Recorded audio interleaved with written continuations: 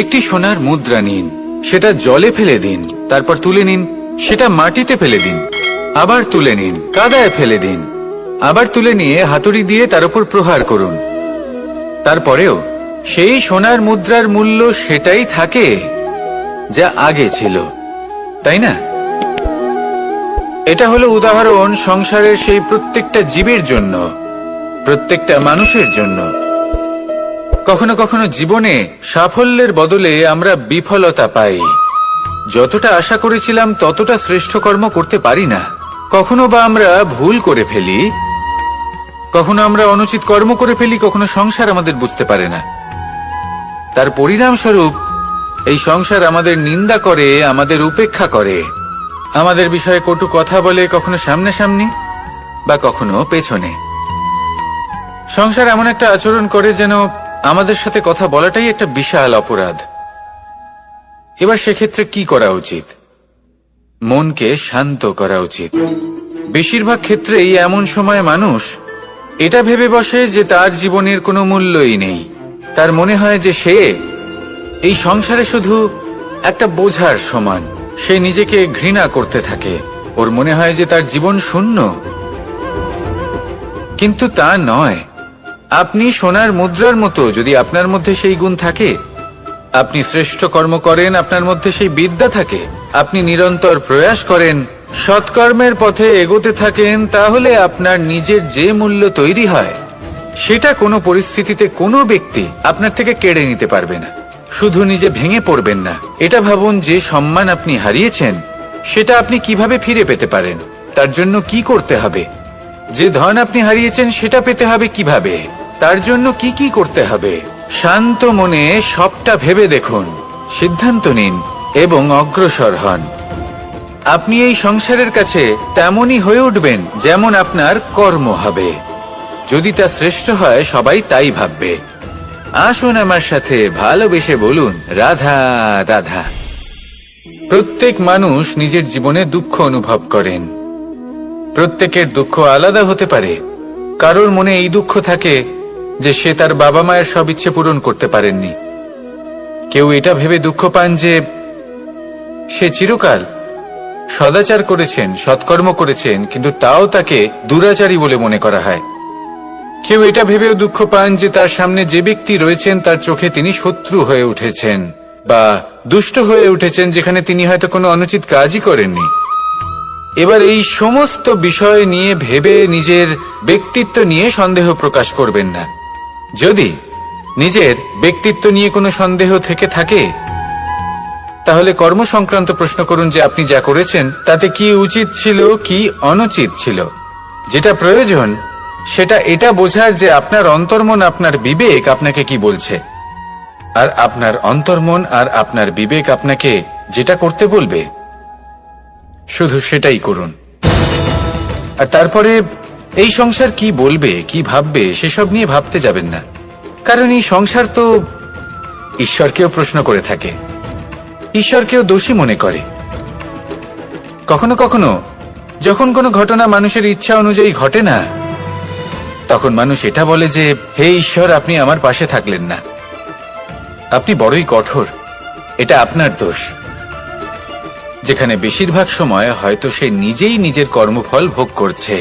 আর কখনো কখনো ঈশ্বর হয়তো তার জন্য আরো ভালো কোনো পরিকল্পনা করে রেখেছেন, কিন্তু মানুষ সেটা বুঝতে পারে না। তাই দিনের শেষে যেটা প্রয়োজন সেটা হলো নিজের মনের কথা বুঝতে হবে। আপনার বিবেক কি বলছে শুধু সেটাই করুন আর সামনে এগোতে থাকুন। আমার সাথে ভালোবেসে বলুন, রাধা রাধা।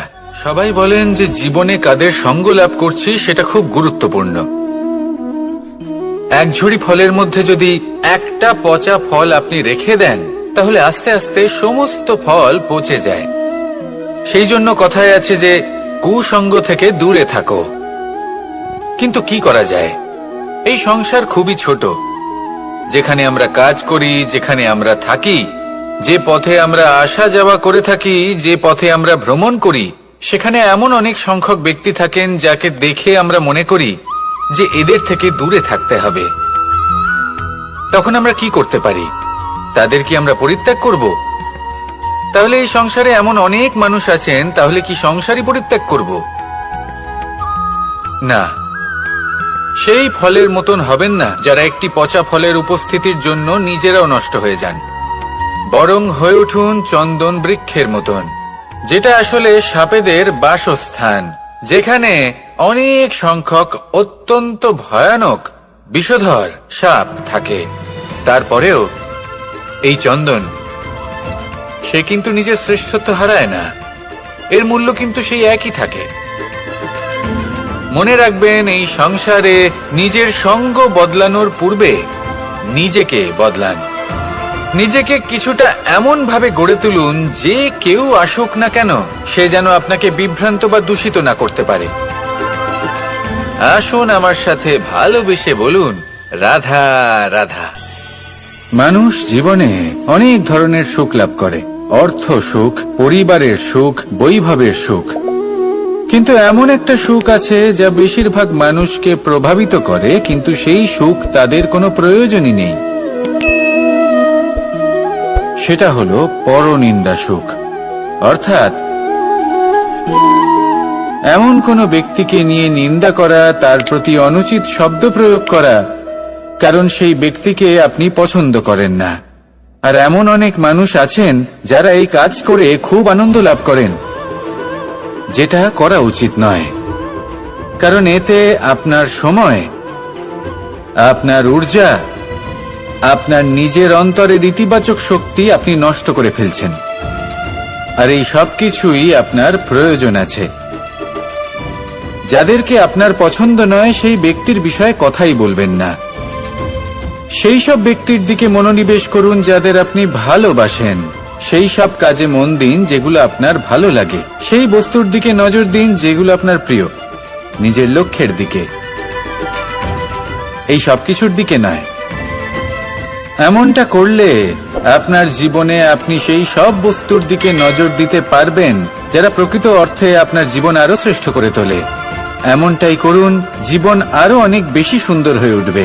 আর তখন এই মন প্রসন্ন হয়ে বলবে, রাধা রাধা। আজ আমরা আবার সাফল্য আর অসফলতার বিষয়ে কথা বলবো। সফল ব্যক্তি কে হয় এবং অসফল ব্যক্তি কে হয়, এই বিষয়ে আমরা আগে অনেকবার কথা বলেছি। প্রত্যেক ব্যক্তি সাফল্য লাভ করতে চান, কিন্তু প্রত্যেক ব্যক্তি সাফল্য লাভের এই কাজে সফল হতে পারেন না। এবার এটা কেন হয়, এর পেছনে কারণটা কি? কারণ হলো ভয়। সফল ব্যক্তি হলেন তিনি যিনি নিজের সিদ্ধান্ত দ্বারা এই সমস্ত সংসারকে বদলে দিয়ে থাকেন, এবং অসফল ব্যক্তি হলেন তিনি যিনি এই সংসারকে দেখে এর বিষয়ে ভেবে নিজের সিদ্ধান্ত বদলে ফেলেন। প্রয়োজন হলো নিজের লক্ষ্যের বিষয়ে ভেবে দেখার, পথের বিষয়ে ভেবে দেখার। একবার যদি আপনি পথ নির্বাচন করে থাকেন, সেই পথে অগ্রসর হতে থাকুন আর তাতে অটল থাকুন। সবসময় দৃঢ় প্রতিজ্ঞ হন।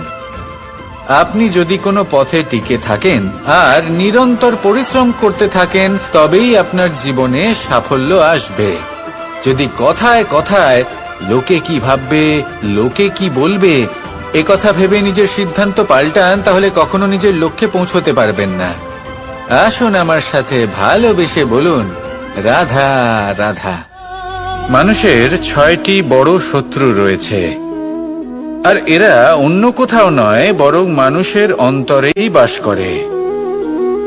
এই 6টি শত্রু হল কাম, ক্রোধ, মোহ, লোভ, ঈর্ষা আর অহংকার। কিন্তু এরা কি চিরকাল আপনার শত্রু হিসেবেই থেকে যায়? এদেরকে নিজের বন্ধু করে তোলা কি সম্ভব নয়? ভেবে দেখুন না। এবার যদি কথা বলি কাম নিয়ে, অর্থাৎ কামনা করা, তাহলে মানুষ যদি জীবনে কামনা করতে থাকে তাহলে সন্তোষের অনুভূতি লাভ করতে পারে না। কিন্তু এই কামনাই মানুষের বন্ধু হয়ে উঠতে পারে। কিভাবে? ধরুন, যদি মানুষ ভাবে আমি আরো অনেক বেশি শ্রেষ্ঠ ব্যক্তি হয়ে উঠতে চাই আর তার জন্য কর্ম করে, পরিশ্রম করে, তাহলে ভবিষ্যতে গিয়ে শ্রেষ্ঠ ব্যক্তি হয়ে উঠতে পারে। কামনার কারণে, অর্থাৎ এই কামনাই ওর বন্ধু হয়ে ওঠে। কিন্তু ধরুন কোনো মানুষ যদি চায় সে শ্রেষ্ঠ ব্যক্তি হয়ে উঠবে, কিন্তু তার জন্য না কোনো কর্ম করছেন আর না কোনো পরিশ্রম করছেন, আর অধর্মের পথে চলতে শুরু করে দেন, তাহলে এই কামনাই তার শত্রু হয়ে উঠতে পারে। এবার যদি এই কামনাকে নিজের বন্ধু করে তুলতে হয়, তাহলে নিজের নির্বাচনে বিচক্ষণ হতে হবে, নিজের মস্তিষ্কের ওপর নিয়ন্ত্রণ রাখতে শিখতে হবে। সেটাই করুন আর আমার সাথে ভালোবেসে বলুন, রাধা রাধা। আজ আমরা মানুষের আরো একটি শত্রুর বিষয়ে কথা বলবো, যার নাম হলো লোভ। যে কোনো বস্তুকে অত্যাধিক লাভ করার যে বাসনা, যতটা লাভ করেছি ততটা যথেষ্ট নয়, আমার আরো চাই, আরো চাই, একেই বলে লোভ।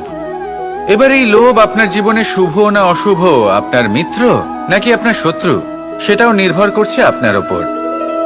যেমন ধরুন কোনো ব্যক্তির অসম্ভব ধনের লোভ, সে সেটা অর্জন করছে আর সেটা সংগ্রহ করছে, আর সেটা লাভ করার জন্য সে অনৈতিক কাজ করছে। যদি এই সব হতে থাকে, তাহলে লোভ কিন্তু আপনার পক্ষে অত্যন্ত ক্ষতিকারক। কিন্তু যদি সেই ব্যক্তি ধরুন ধন অর্জন করছেন, তার সাথে নীতিও পালন করছেন, আর সংগ্রহ করার পরে সেটা সংসারে ছড়িয়ে দিচ্ছেন, যদি এমনটা হয়, তাহলে এই লোভ আপনার বন্ধু হয়ে উঠতে পারে। যদি আপনার সৎসঙ্গ লাভ করার, সৎকর্ম করার লোভ থাকে, তাহলে আপনি কখনো একা থাকবেন না।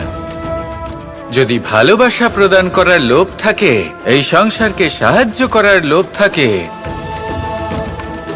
তাহলে এই লোভ যা সংসারের শত্রু, সেটা কিন্তু আপনার সাথে পরমাত্মার মিলন ঘটাতে পারে।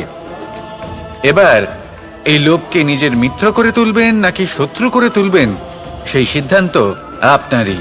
আসুন আমার সাথে ভালোবেসে বলুন, রাধা রাধা। কখনো এই প্রকৃতির দিকে তাকিয়ে থাকবেন। এই প্রকৃতি অনেক ধরনের শিক্ষা দেয়। কোন একটা গাছকে দেখুন কিভাবে সে মাটি থেকে জল শুষে নেয়। সে ঝড় হোক বা হোক কড়া রোদ, সব সহ্য করে এবং অবশেষে সে ফল ধারণ করে। আর সেই ফল উৎপন্ন করার পরে সে ফল কিন্তু সে নিজে গ্রহণ করে না, এই সংসারকে প্রদান করে, যাতে পশু পাখি মানুষ তারা এই ফল গ্রহণ করে শক্তিশালী হয়ে উঠতে পারে, সুস্থ থাকতে পারে। সেভাবেই নদী, সরোবর এরা নিজেরাও কিন্তু নিজেদের জল গ্রহণ করে না, মাটিকে প্রদান করে, পশু পাখিকে প্রদান করে। সূর্য নিজেও নিজের জন্য প্রজ্বলিত হয় না, সে প্রকাশ ছড়িয়ে দিতে চায় আমাদের সবার কাছে, সে আলো পৌঁছে দিতে চায়। এই প্রত্যেকের কর্মে পরমার্থ নিহিত আছে, আর সেই জন্যই এদের সকলকে পুজো করা হয়। তাই মনে রাখবেন, আপনার কাছে জীবন যাপনের অতিরিক্ত যা কিছুই আছে তা পরমার্থের জন্য। তাহলে তার সদ্ব্যবহার করুন আর আমার সাথে ভালোবেসে বলুন, রাধা রাধা। পরিবর্তন, এটা হলো সৃষ্টির অমূল্য নিয়ম। এই সংসারে সবকিছু সময়ান্তরে পরিবর্তিত হয়, এই সময়ও পরিবর্তিত হয়। পরিবর্তন চিরকাল হয়ে এসেছে আর চিরকাল হতে থাকবে। কিন্তু এবার আমরা সেই পরিবর্তন কিভাবে লাভ করব, যেটা আমাদের প্রয়োজন, যেটা আমরা চাই। আমরা জীবনে বিকাশ চাই। এই বিকাশ কিভাবে লাভ করতে পারি? এই প্রকৃতি কিন্তু আমাদের অত্যন্ত উত্তম উদাহরণ দিয়ে বুঝিয়েছে। একটি বিন্দুর উদাহরণ দিয়েছে, যা ভবিষ্যতে একটা বিশাল নদীর আকার ধারণ করে। এটা কিভাবে হয়? মেঘ থেকে একটি বিন্দু ঝরে পড়ে সেই পর্বতের ওপর যেখানে হিম আছে। সেই হিমের সংস্পর্শে আসা মাত্র সেই বিন্দুর সাথে আরো বেশ কিছু বিন্দু যুক্ত হয়, তারপর তারা অগ্রসর হয়, আরো কিছু বিন্দু যুক্ত হয়, আস্তে আস্তে একটা ক্ষীণ ধারার রূপ ধারণ করে, এবং সেটাই ভবিষ্যতে আরো এগোতে থাকে অনেকটা যাওয়ার পর যখন অনেক সংখ্যক বিন্দু একসাথে যুক্ত হয় তখন সেটা বিশাল নদীর আকার ধারণ করে। এবার আমরা মানুষ বলে আমাদের সাথে এই নিয়মের অন্যথা হয় তা নয়। আমরাও এই প্রকৃতির অংশ, আমাদের ক্ষেত্রেও একই নিয়ম প্রযোজ্য। যখন পরিশ্রম করে অনেক সংখ্যক বিন্দু আমরা একত্রিত করব তখনই পরিবর্তনের নদী প্রবাহিত হবে।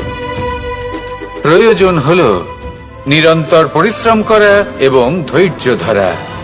এটা করতে থাকুন, জীবনে সবকিছু লাভ করতে পারবেন।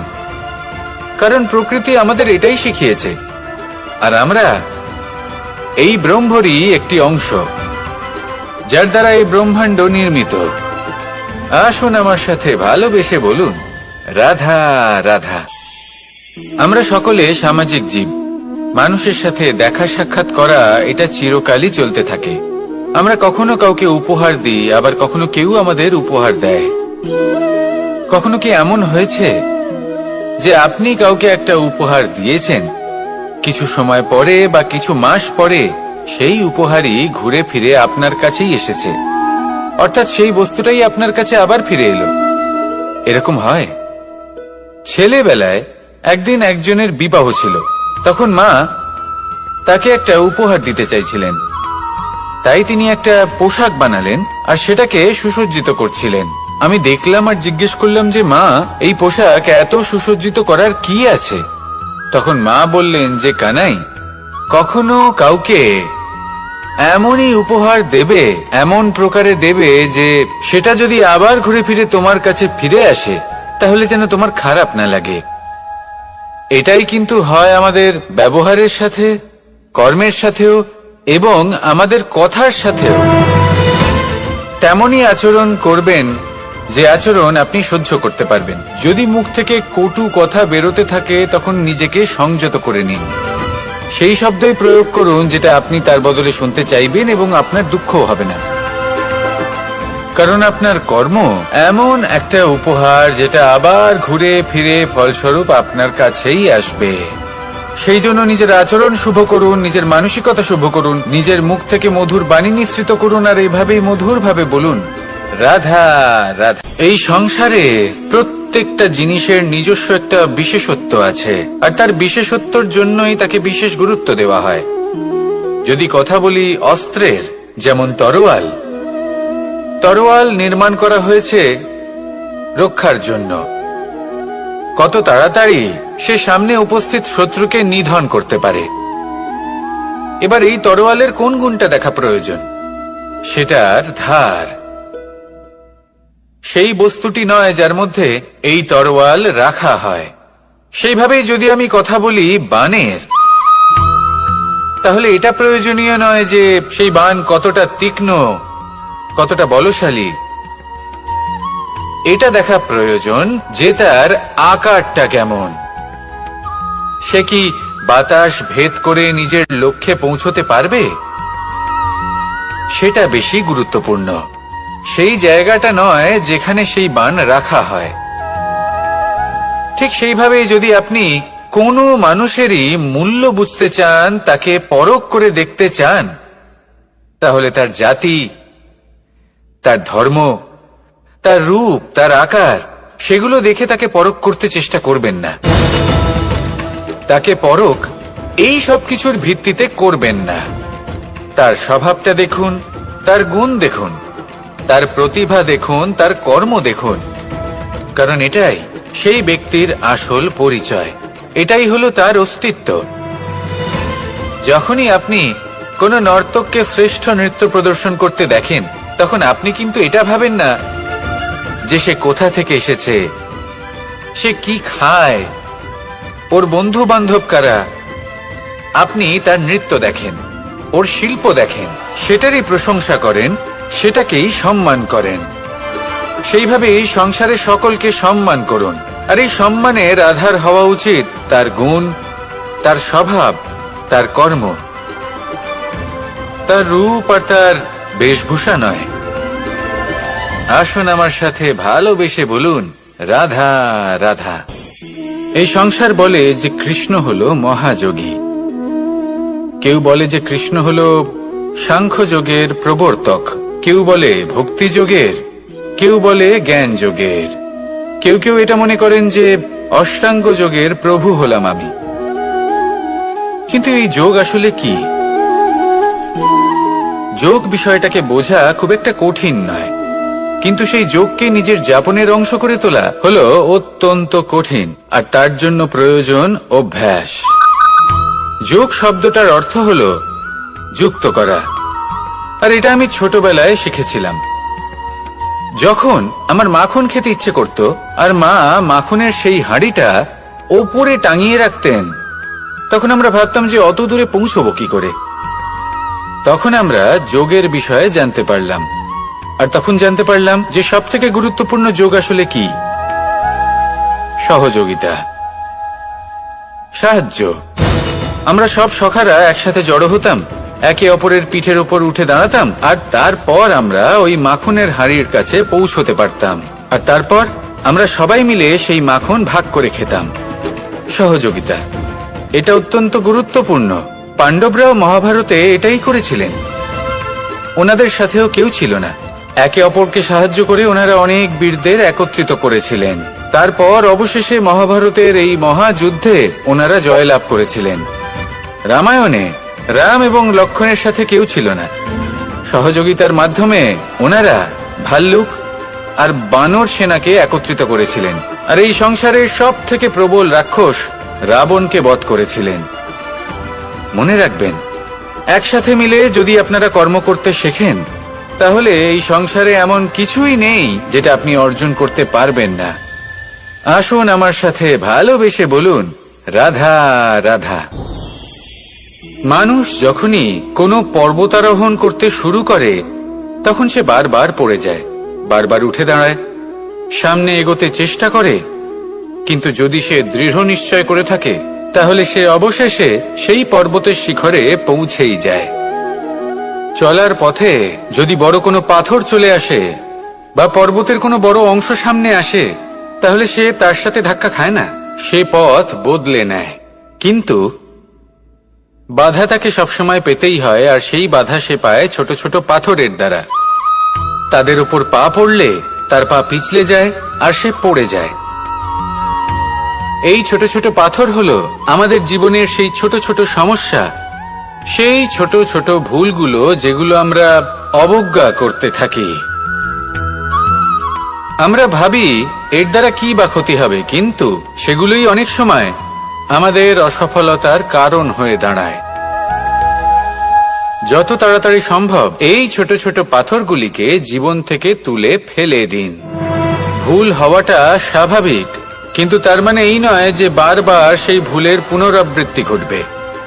ভুলটা বুঝুন, সেটা স্বীকার করুন, আর সেটা শুধরে নিন। যখন আপনি এটা করতে শিখবেন, তখনই খুব তাড়াতাড়ি আপনি সেই শিখরে পৌঁছতে পারবেন।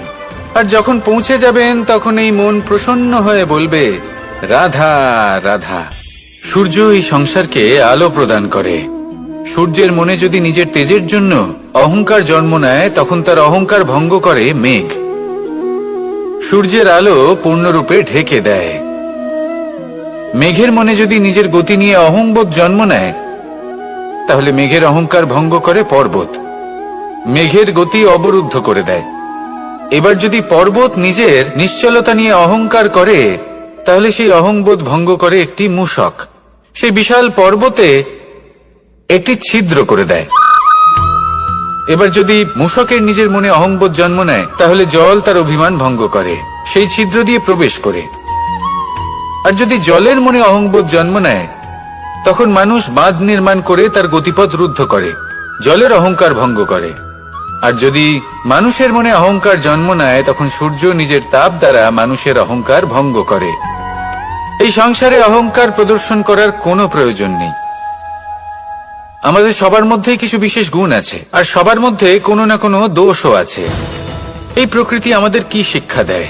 কেউ একে অপরের সাথে লড়াই করে না, একে অপরের জন্য বাধা সৃষ্টি করে না, শুধু নিজের কর্ম করে। সূর্য নিজের প্রকাশ দ্বারা বনস্পতি এবং গাছপালাকে জন্ম দেয়। মেঘ বর্ষা সৃষ্টি করে লুপ্ত হয়ে যায়, আবার নির্মিত হয়। পর্বতের সেই নিশ্চলতা সেই বর্ষাকে একটা দিশা প্রদান করে, আর তারপরে তা ধারা হয়ে প্রবাহিত হয়ে যায়। এইসব কি? এইসব একটা সম্পর্ক, একটা চক্রের মতো। সবাই একসাথে নিজের কর্ম করে, তাই এই চক্র আবর্তিত হয়। এটা আমাদেরও করতে হবে, একসাথে মিলে কাজ করতে হবে। কারোর জন্য বাধা হয়ে উঠলে হবে না, কাউকে ছোট মনে করলে হবে না। এটাই করতে থাকুন, সবাই মিলেমিশে কর্ম করুন। প্রকৃতি আমাদের এই শিক্ষাই দেয়। আসুন আমার সাথে ভালোবেসে বলুন, রাধা রাধা। আপনি কখনো পলাশ ফুল দেখেছেন? কি সুন্দর দেখতে, লাল রক্তবর্ণ, উজ্জ্বল, কিন্তু এতে কোনো সুগন্ধ নেই। সেই জন্য ওকে শুধু চোখ ভরে দেখতে ইচ্ছে করে। দেখবেন তাকে কিন্তু পুজোতে ব্যবহার করা হয় না, এই ফুল দিয়ে মালা বানানো হয় না। সেরকমই আমাদের জীবনে এমন অনেক ব্যক্তি রয়েছেন যাদেরকে সম্মান অর্জন করতে হয়। যদি আপনি কোনো উচ্চ বংশে জন্ম নিয়ে থাকেন এবং আপনার কাছে সবকিছু থাকে, ধন ঐশ্বর্য থাকে, সবকিছু আপনি আগে থেকেই পেয়ে গেছেন, তাও কিন্তু এই সংসার আপনাকে সম্মান দেবে না। ততক্ষণ পর্যন্ত দেবে না যতক্ষণ না আপনি নিজের অন্তরে গুণ জাগ্রত করছেন, শ্রেষ্ঠ কর্ম করছেন, নিজের অন্তরে ইতিবাচক মনোভাবের এই সুবাস জাগ্রত করছেন। যদি এসব কিছু করেন তাহলেই এই সংসার আপনাকে সম্মান দেবে।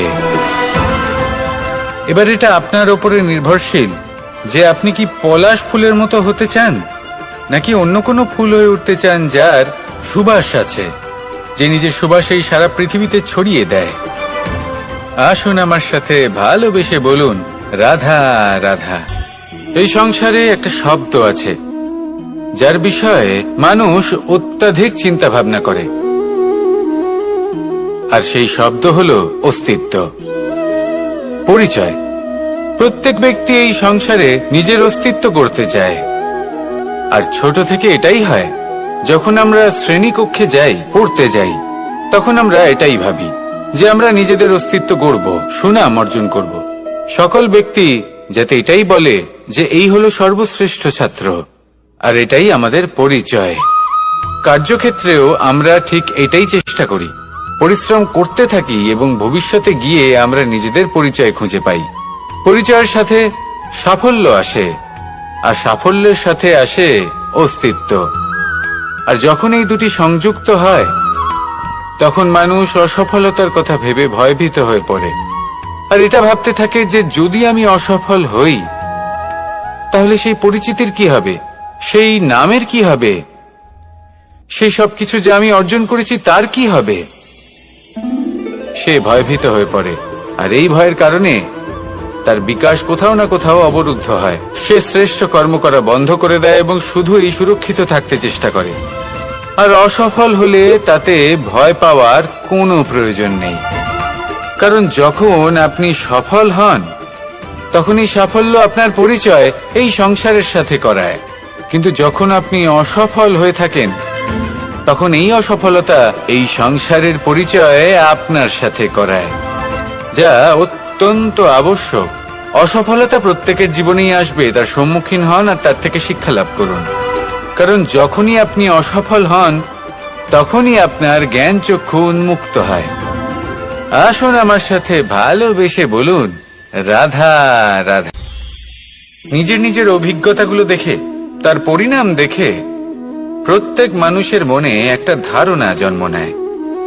প্রজন্মের পর প্রজন্ম যখন অগ্রসর হতে থাকে, এই ধারণাগুলোই কারণ হয়ে ওঠে যা মানুষের জীবনে তার শুভর, অশুভর, লাভের, ক্ষতির এই সবকিছুর আধার হয়ে ওঠে। যেমন ধরুন আপনি কোথাও যাচ্ছেন আর পথে বেড়াল রাস্তা পার করে গেল, সেটা অশুভ বলা হয়। কেউ হাঁচলে কাজ থামিয়ে দেওয়া হয়। বলা হয় যখন আপনি কোনো শুভ কাজ করতে যাবেন তখন মিষ্টি খেয়ে যাবেন, কাজ সফল হবে। যদি কোনো ব্যক্তি অনুচিত কথা বলে দেন তার মানে অনুচিত কিছুই ঘটবে, আদি ইত্যাদি এরকম অনেক সংখ্যক ধারণা আছে। কিন্তু সবকিছু যদি এরকমই হতো তাহলে প্রত্যেক মানুষ নিজের কথা দ্বারা নিজের বা অন্য কারোর জীবন স্বর্গতুল্য করে তুলতো, নয়তো নরকে পরিণত করত। কিন্তু এরম কি আদৌ হয়? না। কারণ এই সব ধারণা, এই সব কিছু এর উৎস হলো মানুষের মন, তার মস্তিষ্ক। যখন আমরা কোনো বাক্য বা কোনো ধারণাকে একটু বেশি গুরুত্ব দিয়ে ফেলি, তার উপর একটু বেশি বিশ্বাস করে ফেলি, তখন যেটা হয়, তখন আমাদের এই ইচ্ছে শক্তি তার সঞ্চার হয় সেই বাক্যের মাধ্যমে। আর সেই জন্য সেই বাক্য আস্তে আস্তে ফলপ্রসূ হতে থাকে। এটা হলো মানুষের মনের শক্তি, তার মস্তিষ্কের শক্তি। এটা কখনো ভুলে যাবেন না। এটা প্রয়োগ করুন আর তার সদ্ব্যবহার করুন। একে প্রয়োগ করুন নিজের লক্ষ্যে পৌঁছানোর জন্য, শুভ কর্ম করার জন্য। আসুন আমার সাথে ভালোবেসে বলুন, রাধা রাধা। পাশা নামক এই খেলাটি আপনারা নিশ্চয়ই খেলেছেন। না খেলে থাকলে দেখেছেন, আর যদি দেখেও না থাকেন তাহলে নিশ্চিত রূপে শুনেছেন।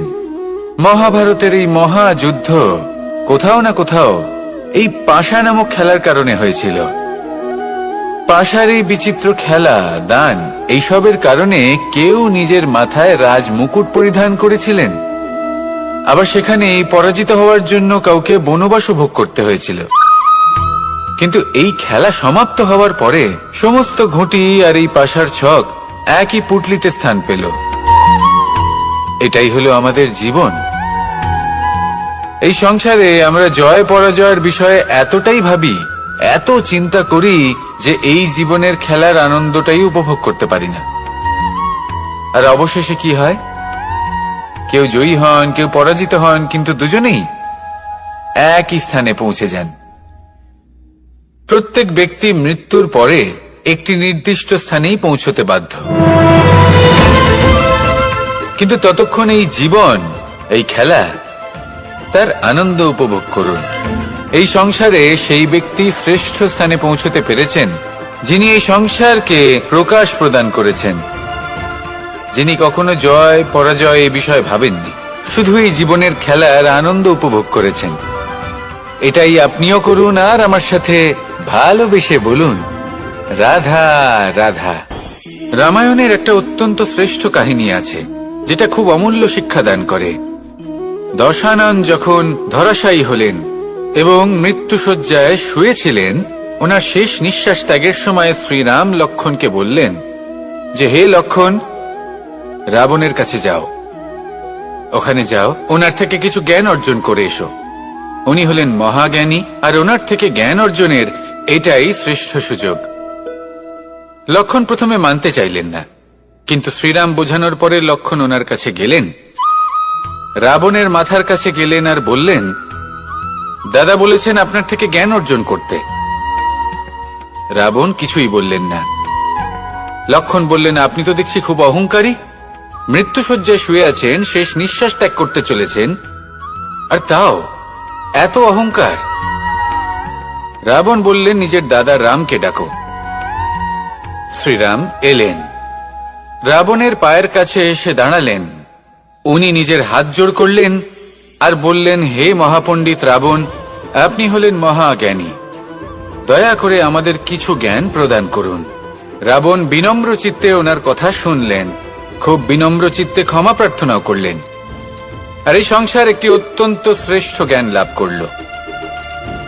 এর দ্বারা আমরা ঠিক কি শিক্ষা লাভ করি? রাম এবং লক্ষ্মণ দুজনেই ছিলেন তেজস্বী, দুজনেই ছিলেন শ্রেষ্ঠ, ছিলেন বীর, ছিলেন বলবান। কিন্তু শ্রীরামকে মর্যাদা পুরুষোত্তম বলা হয়ে থাকে, কারণ উনি বীর ছিলেন, সাহসী ছিলেন, তার সাথে একটি অত্যন্ত গুরুত্বপূর্ণ গুণ ছিল। সেই গুণ হলো বিনম্রতা। এটা খুবই শ্রেষ্ঠ একটা গুণ। যদি কেউ আপনাকে কটু কথা শোনায়, তাহলে উত্তরটা আপনি বিনম্রভাবেও দিতে পারেন। এই বিনম্রতা এমন এক আবেগ যেটা দেখে মনে হবে কোমল, কিন্তু এটা ততটাই প্রবল অস্ত্র। এমন একটা অস্ত্র যা সকলকে নিরস্ত্র করে দিতে পারে। যদি আপনি সাহসী হন এবং বিনম্র হন, তাহলে আপনি বিজয়ী হবেন। যদি আপনি জ্ঞানী হন এবং বিনম্র হন, তাহলে আপনি অবশ্যই মহাজ্ঞানী হয়ে উঠবেন। তাই নিজের মনে বিনম্রতা ধরে রাখুন আর ভালোবেসে বলুন, রাধা রাধা। কখনো আমরা কোনো হাটে যাই, কোনো বিশেষ বস্তু কেনার থাকে, ওখানে যাই, গিয়ে অন্য কারোর কথা শুনে অন্য কোনো বস্তু কিনে নিয়ে আসি, অদরকারি জিনিস কিনে ফেলি। তারপর ভাবি যে আমরা এরকম কেন করলাম, এটা আমরা ভুল করলাম, আমার এটা করা উচিত হয়নি, আদি ইত্যাদি। মানুষ যখন জীবনে এমনই সিদ্ধান্ত নিয়ে বসে, এমন নির্বাচন করে, তখন সেই সিদ্ধান্ত নিশ্চিত রূপে তার ভবিষ্যতের জন্য অত্যন্ত গুরুত্বপূর্ণ হয়।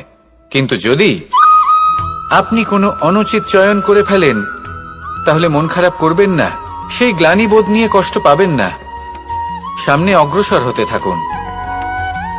কারণ এই অনুচিত নির্বাচন আপনাকে উচিতভাবে জীবনযাপনের পথ দেখাতে পারে। এবার যদি আমি আপনাকে বলি যে আপনি আগুনে হাত দিন, সেটা কি আপনি করবেন? করবেন না। কেন? কারণ জীবনে কোনো না কোনো দিন আপনি একটা ভুল নির্বাচন করে আগুনে হাত দিয়েছিলেন, তারপরে আপনি শিক্ষা পেয়েছিলেন যে আমি জীবনে আর কোনোদিন আগুনে আর কিছুতেই হাত দেব না। এই জীবনও ঠিক সেরকমই। জীবনের সেই সব অধ্যায়, সেই সব সময় যা ব্যর্থ হয়েছে, সেটা নিয়ে ভেবে সময় নষ্ট করবেন না। সেটা থেকে যে শিক্ষা পেয়েছেন সেটা মনে রাখুন, আর যে অধ্যায় বাকি রয়েছে, যে সময় বাকি রয়েছে, তাতে কিভাবে সফল হওয়া সম্ভব সেই বিষয়ে ভাবুন। আর আমার সাথে ভালোবেসে বলুন, রাধা রাধা। একটি নৌকা বিশাল একটি সাগরে ভেসে চলে, কখনো যাত্রীদের বা কখনো বিশাল বস্তুকে নিজের সাথে বহন করে নিয়ে চলে, এক স্থান থেকে অন্য স্থানে পৌঁছে দেয়। এই নৌকা কখনো সাগরে আটকে পড়ে বা কখনো ডুবে যেতেও পারে, কিন্তু এই নৌকা তখন ডুবে যায় না যখন এর আশেপাশে অধিক মাত্রায় জল থাকে। এটা তখন ডুবে যায় যখন ও নিজের আশেপাশের থাকা জলকে নিজের ভেতরে প্রবেশ করতে দেয়। যখন আস্তে আস্তে এই জল প্রবেশ করতে থাকে, নৌকা ভারী হতে থাকে আর আস্তে আস্তে ডুবে যায়। এটা আমাদের কাছে একটা শিক্ষা। হতেই পারে আমাদের এই সংসারে, আমাদের জীবনে আশেপাশে অনেক বেশি মাত্রায় নেতিবাচক শক্তি থাকবে, ঈর্ষা থাকবে, বিদ্বেষ, ঘৃণা বা ভয় থাকবে, কিন্তু মনের এই নৌকা শুধু তখনই ডুববে যখন আপনি এই নেতিবাচক শক্তিকে নিজের ভেতরে প্রবেশ করতে দেবেন। মনে রাখবেন, এই নেতিবাচক শক্তিকে কখনো নিজের মনে প্রবেশ করতে দেবেন না। প্রবেশ করলেও তাহলে যেন সে সেখানে কোনো স্থান না পায়। শুধু এই বিষয়টা খেয়াল রাখলে আপনার মনের এই নৌকা জীবনের এই সাগরে সব সময় ভেসে থাকবে, আর এই মন প্রসন্ন হয়ে বলবে, রাধা রাধা। আমরা আমাদের জীবনের লক্ষ্য প্রাপ্ত করার জন্য কি না করে থাকি। আমরা ভাবনা চিন্তা করে থাকি, কত জ্ঞান অর্জন করে থাকি, তারপরে আমরা পরিকল্পনা করি আর প্রচেষ্টা করি। এবার প্রথম চেষ্টাতেই সাফল্য লাভ করব সেটা নাও হতে পারে, বরং ইতিহাস সাক্ষী যে প্রথমবার প্রচেষ্টা করে সাফল্য লাভ করার সম্ভাবনা অত্যন্ত কম। আর যে কোনো সফল ব্যক্তিকে দেখুন, আপনি বুঝবেন সেই ব্যক্তি বারবার প্রচেষ্টা করে, চেষ্টা করা থামায় না, তবেই সেই ব্যক্তি একদিন সাফল্য লাভ করেন। সেই জন্য আপনিও প্রচেষ্টা করা কখনো বন্ধ করবেন না, করতেই থাকুন। যখন আপনি প্রথমবার প্রচেষ্টা করেন তখন আপনি একা থাকেন, কিন্তু যখন আপনি দ্বিতীয়বার প্রচেষ্টা করেন তখন আপনার সাথে কিছু বিগত প্রচেষ্টার অভিজ্ঞতা থাকে। চেষ্টা করতে থাকুন, সাফল্য আপনার কাছে আসতেই চলেছে। আসুন আমার সাথে ভালোবেসে বলুন, রাধা রাধা। আপনারা সবাই একটা গাছের পাতাকে দেখুন, যতক্ষণ পর্যন্ত গাছের সাথে, মানে গাছের ডালের সাথে জুড়ে থাকে, সে সবুজ থাকে, বাতাসের সাথে সে নড়তে থাকে। যতক্ষণ পর্যন্ত ও সূর্য থেকে পাওয়া রশ্মির শক্তি গাছে পৌঁছে দেয়, ততক্ষণ ও ডালের সাথে যুক্ত থাকে। কিন্তু যখন সেই পাতা শুকিয়ে যায়, তখন তার কোনো গুরুত্ব থাকে না। সেই পাতা গাছের ডালে এবং বৃক্ষের কাছে বোঝা হয়ে থেকে যায়। এবং এমন এক সময় আসে যখন সেই ডালটি শুকনো সেই পাতাকে পরিত্যাগ করে।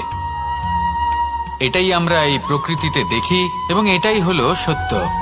আর এটাই আমাদের জীবনে খুব বড় একটা শিক্ষা।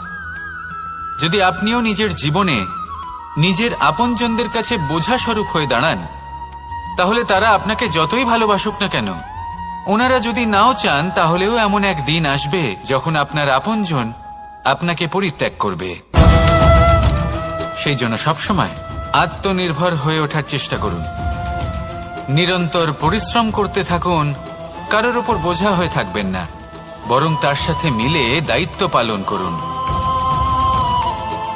এমনটা করবেন, তাহলে আপনার সম্মানও বজায় থাকবে এবং সম্পর্কের মধ্যে আপনার মূল্যও বজায় থাকবে। আসুন আর আমার সাথে ভালোবেসে বলুন, রাধা।